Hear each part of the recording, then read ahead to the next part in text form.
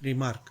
The centralizer of the whole group G is called the center of the group G. That is, if the subset X is equal to the group G by itself, and the centralizer of the subset X is equal to G in a group G, is equal to the center of the whole group G. That is, the centralizer of the group G is equal to the center of the group G.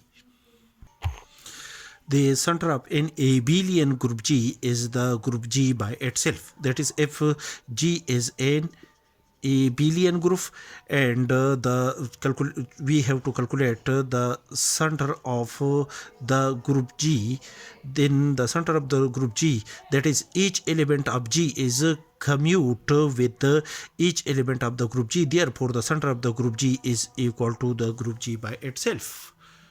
That is, each element of the abelian group is satisfy commutative property with respect to the binary operator defined in a group G. Therefore, each element is the center